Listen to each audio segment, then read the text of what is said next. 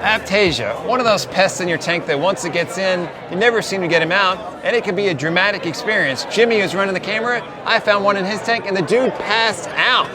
I'm here with Frank Gardner, aka Frank the Tank. There you go. With F-Aiptasia, literally F-Aiptasia. Right. There's injectables, but this is something different. That's correct.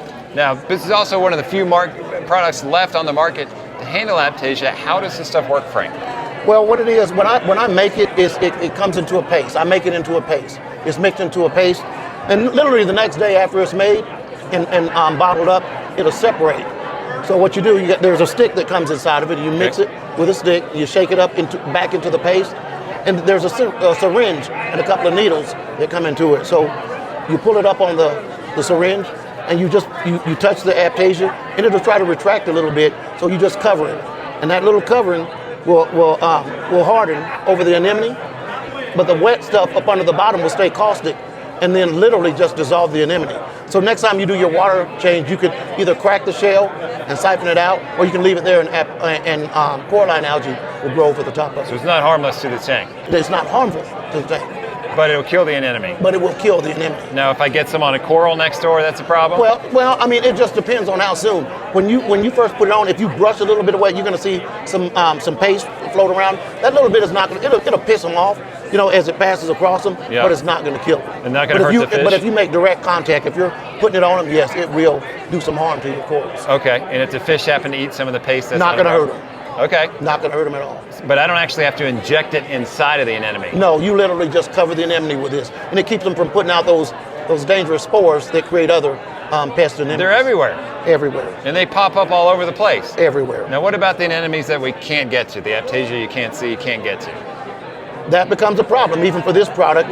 I'm sure with all products. I mean, stuff that's hanging upside down, we haven't figured out a way to get that. And I've talked to other people about their methods of doing that, because what you don't want to do is you don't want to hit them upside down and have this product drop off them, because now you're pissing them off. Yeah. And you know what happens when that happens? Yeah. You end up, one ends up with two turns into 4, and then 8, 16, 32. Yeah. So ideally you would use this as soon as you see one F-Aiptasia. Absolutely, to try to keep any others from popping up immediately.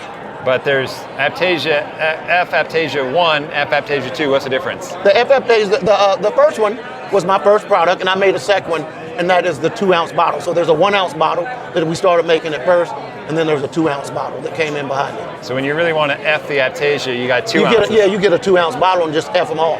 But how many approximate kills are you going to get out of a 2-ounce F-Aiptasia bottle? Oh my God, because you don't have to use just a terrible lot of it, once you make the anemone retract, I'm going to say a 2-ounce will probably get you 40 or 50 of them. Oh, there you go. Mm-hmm. And you can just line it up. Line it up. Okay. I would think too that since we don't actually have to directly inject the anemone, the success rate is much higher because you're just smothering the anemone in that general area. That is absolutely correct. Okay. That is absolutely correct. One of the problems with some of the stuff that you cover them with, and again, when you cover them, you're making contact with them, and you're pissing them off. Okay. Pissing them off. Again, it's that 1 to 2, 2 to 4, 4 to 8. You just want to touch it with the needle, get them to close, and then cover them up.